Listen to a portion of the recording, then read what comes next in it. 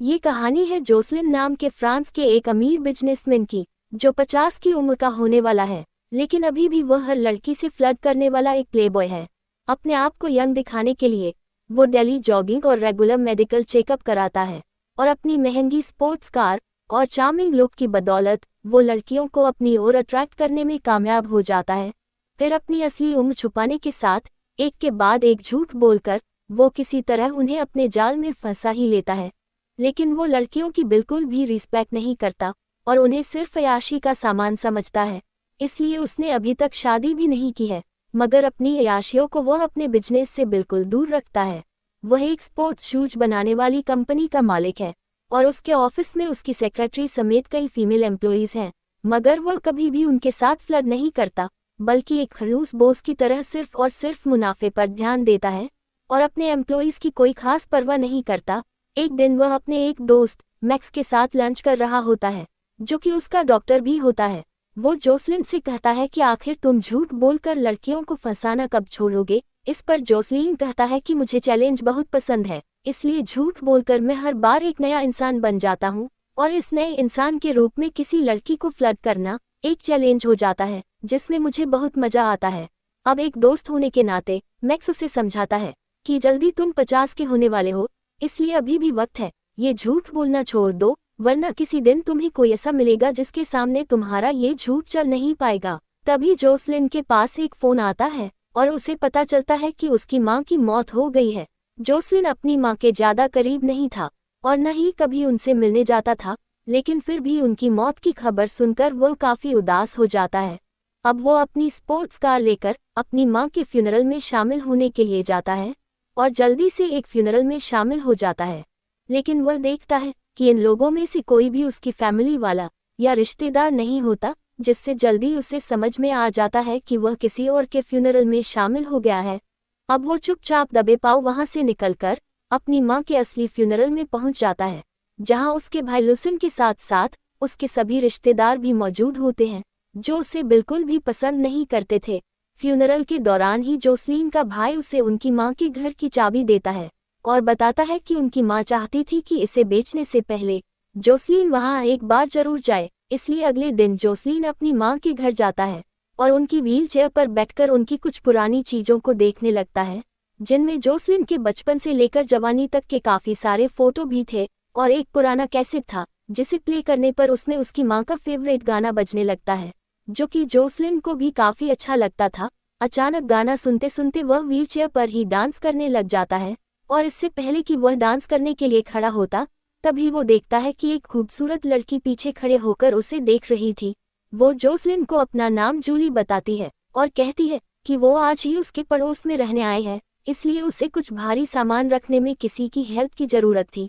Joslin तो हमेशा ऐसे मौके की तलाश में रहता था और आज तो मौका खुद ही चलकर उसके पास आया था, इसलिए वह जल्दी से कहता है कि ठीक है, आपकी हेल्प करने में मुझे बहुत खुशी होगी। ये कहकर वो व्हीलचेयर से उठने ही वाला होता है, लेकिन तभी जूली कहती है कि नहीं नहीं, आप बैठे रहिए, मैं मैनेज कर लूंगी। उसकी इस बात पर जोसलिन अब समझ जाता है कि जूली उससे एक हैंडीकैप समझ रही है। जूली उससे बताती है कि वह जोसलिन जैसे लोगों की देखभाल करने का काम करती है और वह चाहे तो अपनी देखभाल के लिए उसे नौकरी पर रख सकता है।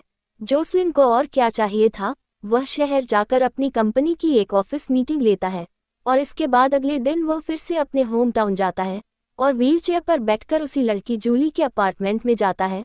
वह उसे कॉफी पिलाने के लिए अपनी माँ के घर पर बुलाता है, तो वह तुरंत मान जाती है। यहाँ जोसलिन उससे फ्लर्ट करने की कोशिश कर रहा था, लेकिन जूली उससे बार बार कुछ और ही तरह के सवाल किए जा रही थी, जैसे क्या उसकी शादी हो गई है और वह क्या काम करता है। जोसलिन पहले तो उसे बताता है कि हैंडीकैप होने की वजह से वो कोई काम नहीं करता, लेकिन उसकी इस बात पर जब जूली उठकर वहां से जाने लगती है, तो जोसलिन को लगता है कि उसका प्लान तो फेल होता जा रहा है। इसलिए अब वो कहता है कि वह यहाँ किसी को बताना तो नहीं चाहता था, लेकिन असल में वो पेरिस की एक स्पोर्ट्स शूज बनाने वाली कंपनी का मैनेजिंग डायरेक्टर है।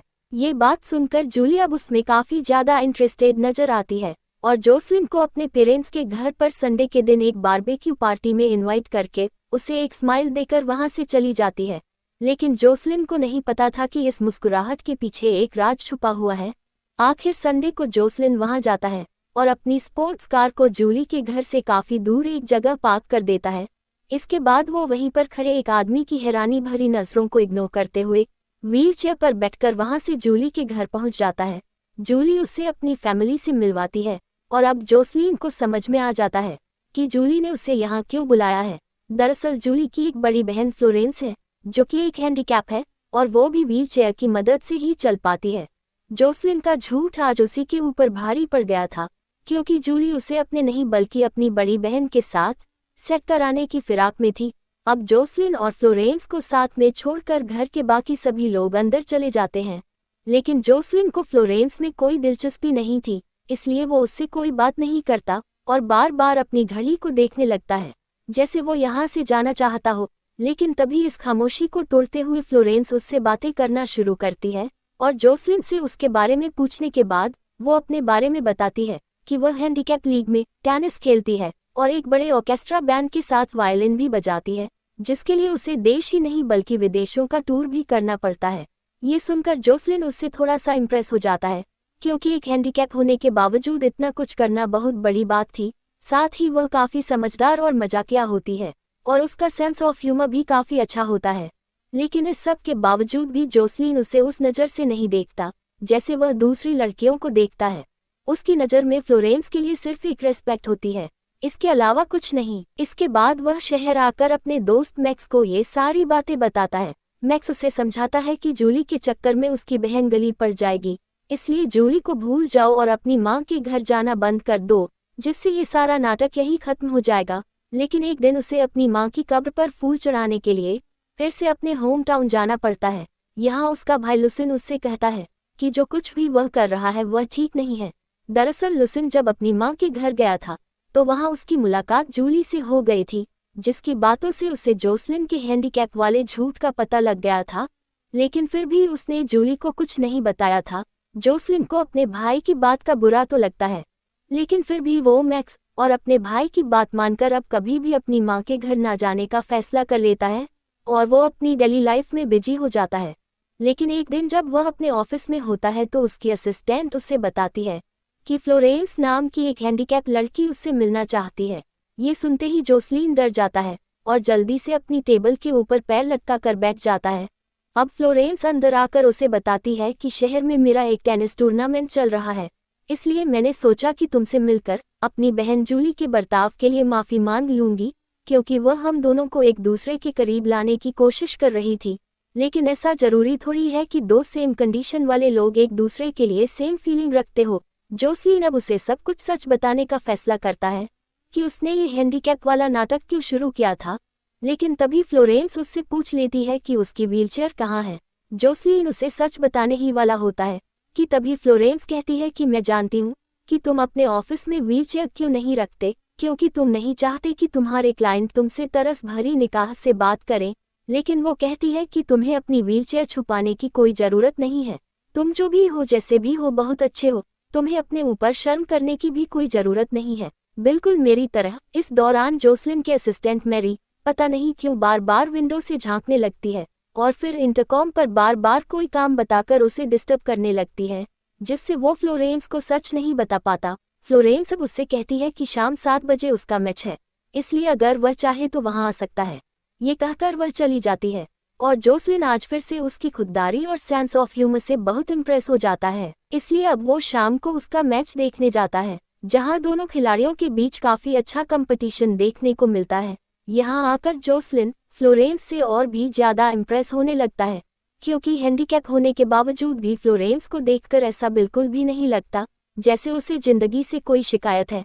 मैच खत्म होने के बाद जोसलिन फ्लोरेंस की नज़रों में आने से पहले ही वहां से निकलने की कोशिश करने लगता है, लेकिन एक जगह उसे बाहर आती हुई फ्लोरेंस की आवाज़ आ जाती है, इसलिए वह जल्दी से पास की ही एक व्हीलचेयर पर बैठ जाता है। फ्लोरेंस उसे देखकर बहुत खुश होती है, लेकिन वो उससे कहती है कि तुम मेरी व्हीलचेयर पर बैठे हो। ये सुनकर जोसलिन घबरा जाता है कि अब वो क्या कहे, लेकिन वो भी झूठ बोलने में पूरा एक्सपर्ट था। वो कह देता है कि जब मेरा ड्राइवर गाड़ी से मुझे यहाँ लेकर आया तो मुझे ये व्हीलचेयर दिखाई दी, इसलिए मैंने अपनी व्हीलचेयर गाड़ी में ही छोड़ दी, ये सोचकर कि ड्राइवर जब मुझे लेने आएगा तो मैं व्हीलचेयर बाहर निकाले बिना ऐसे ही गाड़ी में बैठकर चला जाऊंगा। ये सुनकर फ्लोरेंस उससे हंसकर कह देती है कि कोई बात नहीं, मेरे पास मेरी स्पोर्ट्स व्हीलचेयर है, इसलिए तुम जब तक चाहो इसे इस्तेमाल कर सकते हो।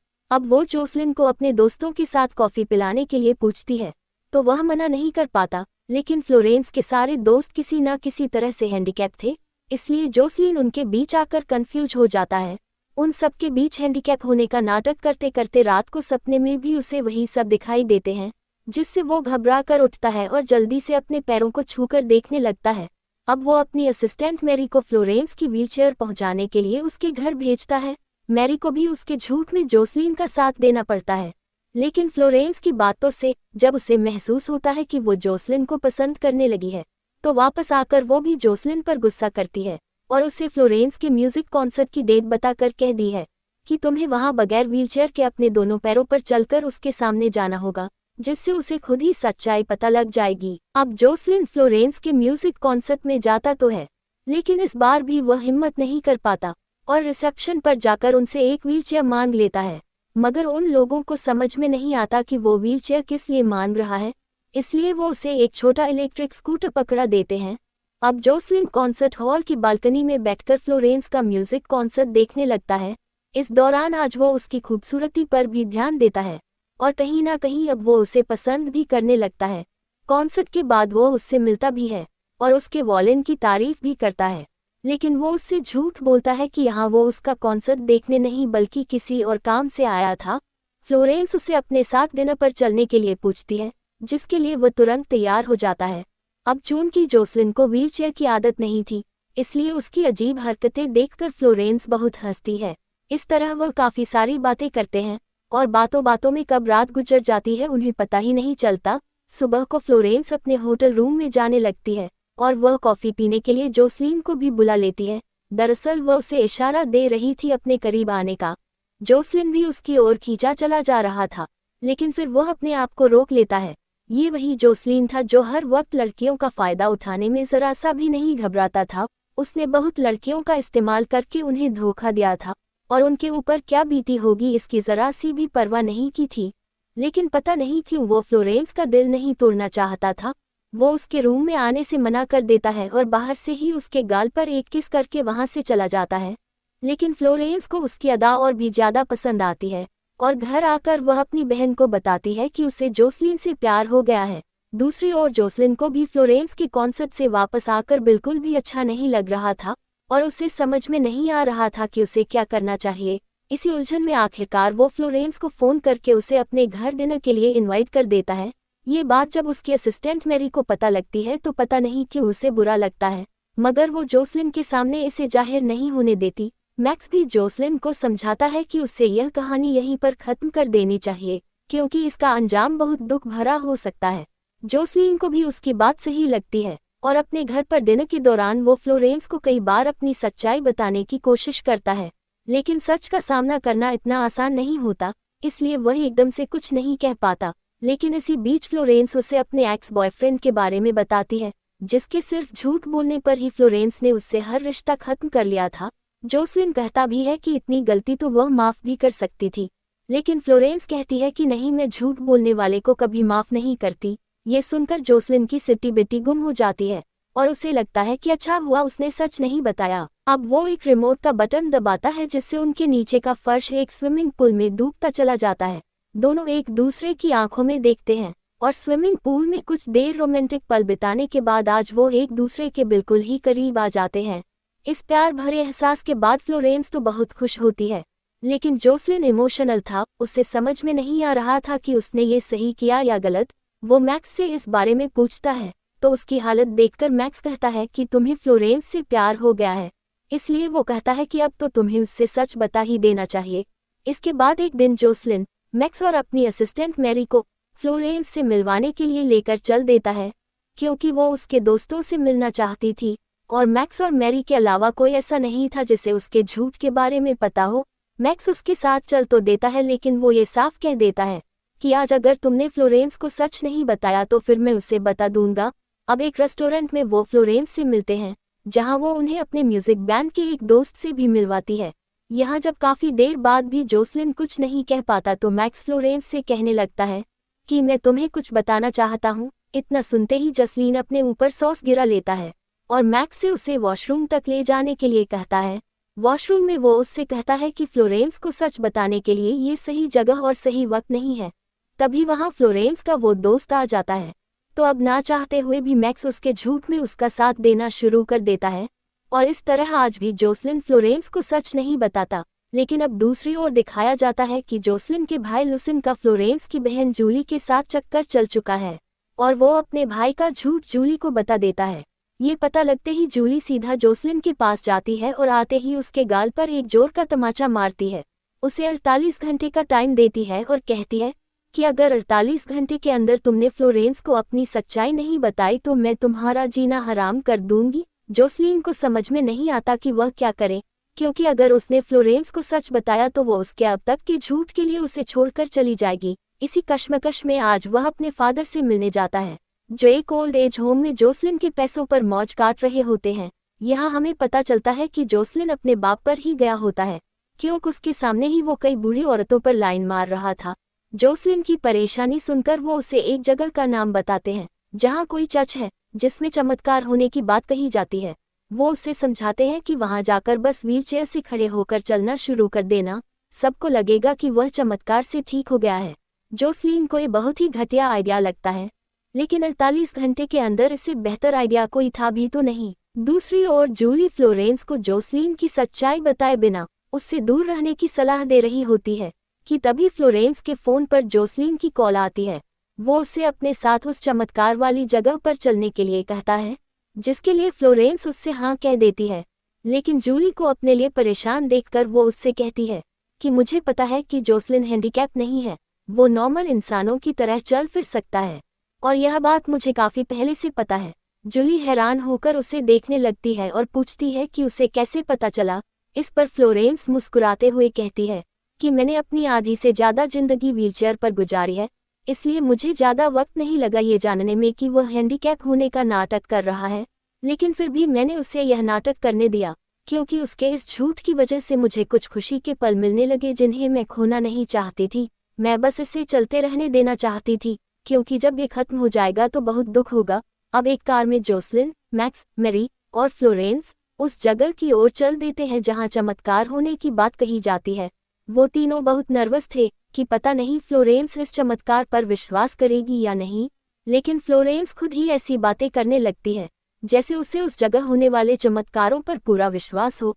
मगर वह नोटिस करती है कि उसके ये सब कहने के बाद भी जोसलिन काफी परेशान नजर आ रहा था। अब वो उस जगह पहुंच जाते हैं तो चर्च का प्रीस्ट सबसे पहले जोसलिन को ही बुलाकर चर्च के अंदर ले जाता है और कहता है कि अगर तुम चलने लगे तो तुम 2 बार झूठ बोलोगे, क्योंकि मैं जानता हूं कि तुम हैंडीकैप नहीं हो और वैसे भी यहाँ कोई चमत्कार नहीं होते, लोग बस झूठी उम्मीदें लेकर यहाँ आते रहते हैं, इसलिए ऐसा मत करो जिससे उनकी ये झूठी उम्मीदें और ज्यादा बढ़ जाए। प्रीस्ट की ये बात सुनकर जोसलिन वहां से जाने लगता है, लेकिन जाते जाते वो उससे पूछता है कि आपको कैसे पता चला कि मेरे पैर पैरालाइज नहीं है। इस पर प्रीस्ट कहता है कि मैंने तुम्हारे जूतों से पहचान लिया था, क्योंकि ये थोड़े से घिस चुके हैं। इस तरह जोसलिन व्हीलचेयर पर ही चर्च से बाहर आ जाता है और सबके सब वापस शहर की ओर चल देते हैं। रास्ते में कुछ खाने पीने के लिए वह रोड के किनारे एक स्टोव पर रुकते हैं, जहां फ्लोरेंस उन सबके उतरे हुए चेहरों को गौर से देखे जा रही थी और उसके दिमाग में भी बहुत कुछ चल रहा था। इस तरह गहरे ख्यालों में डूबे हुए अचानक वह बीच सड़क पर आ जाती है। उस समय एक ट्रक से उसे टक्कर लगने ही वाली होती है कि तभी जोसलिन उसे पकड़कर ट्रक के सामने से खींच लेता है। ये देखकर वह जोसलिन के झूठ में उसका साथ देते हुए चमत्कार चमत्कार कहने लगती है। मैक्स भी ऐसा ही कहना शुरू कर देता है, लेकिन जोसलिन अब ये नाटक नहीं कर पाता, क्योंकि फ्लोरेंस की आंखें सब कुछ बयान कर रही थी। वो बिना कुछ कहे उससे नजरें चुराने लगता है और फ्लोरेंस रोते हुए कार की तरफ चली जाती है। आज फ्लोरेंस की नजरों में वो खुद को इतना गिरा हुआ महसूस करने लगता है कि वो उन तीनों को भेजकर खुद एक दूसरी गाड़ी में लिफ्ट लेकर शहर तक आता है और शहर आने के बाद वह बहुत उदास और बुझा बुझा से रहने लगता है। कुछ दिन बाद वह अपनी कंपनी की तरफ से एक हैंडीकैप टूर्नामेंट को स्पॉन्सर भी करता है, लेकिन फ्लोरेंस का दिल दुखाकर वह अंदर से टूट सा गया था और उसका सामना करने की हिम्मत नहीं जुटा पा रहा था। लेकिन फिर एक दिन वह कार लेकर फ्लोरेंस के घर की तरफ चल देता है और किसी कॉन्सर्ट के लिए जा रही उसकी बस को रास्ते में ही रुकवा लेता है। बस में चढ़कर वो फ्लोरेंस से बस सॉरी ही कह पाता है और उसका जवाब सुने बिना ही वहां से वापस आ जाता है, क्योंकि फ्लोरेंस ने उससे कहा था कि वह झूठ बोलने वाले को कभी माफ नहीं करती। इसके बाद एक दिन जोसलिन अपनी असिस्टेंट मैरी को अपने ऑफिस में बुलाता है, और इससे पहले कि वह कुछ कह पाता वह नोटिस करता है कि मैरी रो रही होती है। पूछने पर वह रोते हुए आज अपने दिल की सारी भड़ास निकाल देती है, और उसकी बातों से हमें पता चलता है कि वह पिछले 12 सालों से जोसलिन से एक तरफा प्यार करती है, लेकिन जोसलिन ने उसके ऊपर कभी ध्यान नहीं दिया था। वो कहती है कि प्यार तो छोड़ो, तुमने तो कभी मेरी झूठी तारीफ भी नहीं की, और ना ही मेरे किसी जन्मदिन पर कभी तुमने मुझे विश किया। ये कहकर वह जाने लगती है, लेकिन तभी जोसलिन उसे रोक लेता है। दरअसल आज मैरी का जन्मदिन था, और जोसलिन ने मैरी को उसके जन्मदिन का गिफ्ट देने के लिए ही अपने ऑफिस में बुलाया था। अब वो पहले जैसा नहीं रहा, इसलिए वह मैरी को आज पहली बार उसके जन्मदिन की बधाई देता है, जिससे मैरी बहुत खुश हो जाती है। इसके बाद जोसलिन को एक मैराथन रेस में पार्टिसिपेट करते हुए दिखाया जाता है, जिसकी वह पिछले काफी वक्त से तैयारी कर रहा था, लेकिन वह अंदर से इतना टूटा हुआ होता है कि अच्छी खासी तैयारी होने के बाद भी वो फिनिश लाइन से पहले ही सांस फूलने के कारण नीचे बैठ जाता है। तभी व्हीलचेयर पर फ्लोरेंस उसके सामने आ जाती है और मुस्कुराते हुए उससे वही बात कहती है जो उसके म्यूजिक कॉन्सर्ट के दौरान एक बार जोसलिन ने उससे कही थी कि मैं यहाँ अपने किसी काम से आई थी तो सोचा कि चलो मैराथन रेस देख लेते हैं, और मुझे यहाँ तुम मिल गए। उसकी यह बात सुनकर जोसलिन मुस्कुराने लगता है, लेकिन साथ ही इमोशनल होकर उसकी आंखों से आंसू भी छलकने लगते हैं। इसके बाद फ्लोरेंस जोसलिन को अपने साथ व्हीलचेयर पर बिठाकर उसे फिनिश लाइन तक ले जाती है, जिसके बाद दोनों एक दूसरे को किस भी करते हैं। सब लोग इनके लिए तालियां बजाते हैं और इसी के साथ ये मूवी यहाँ एंड हो जाती है।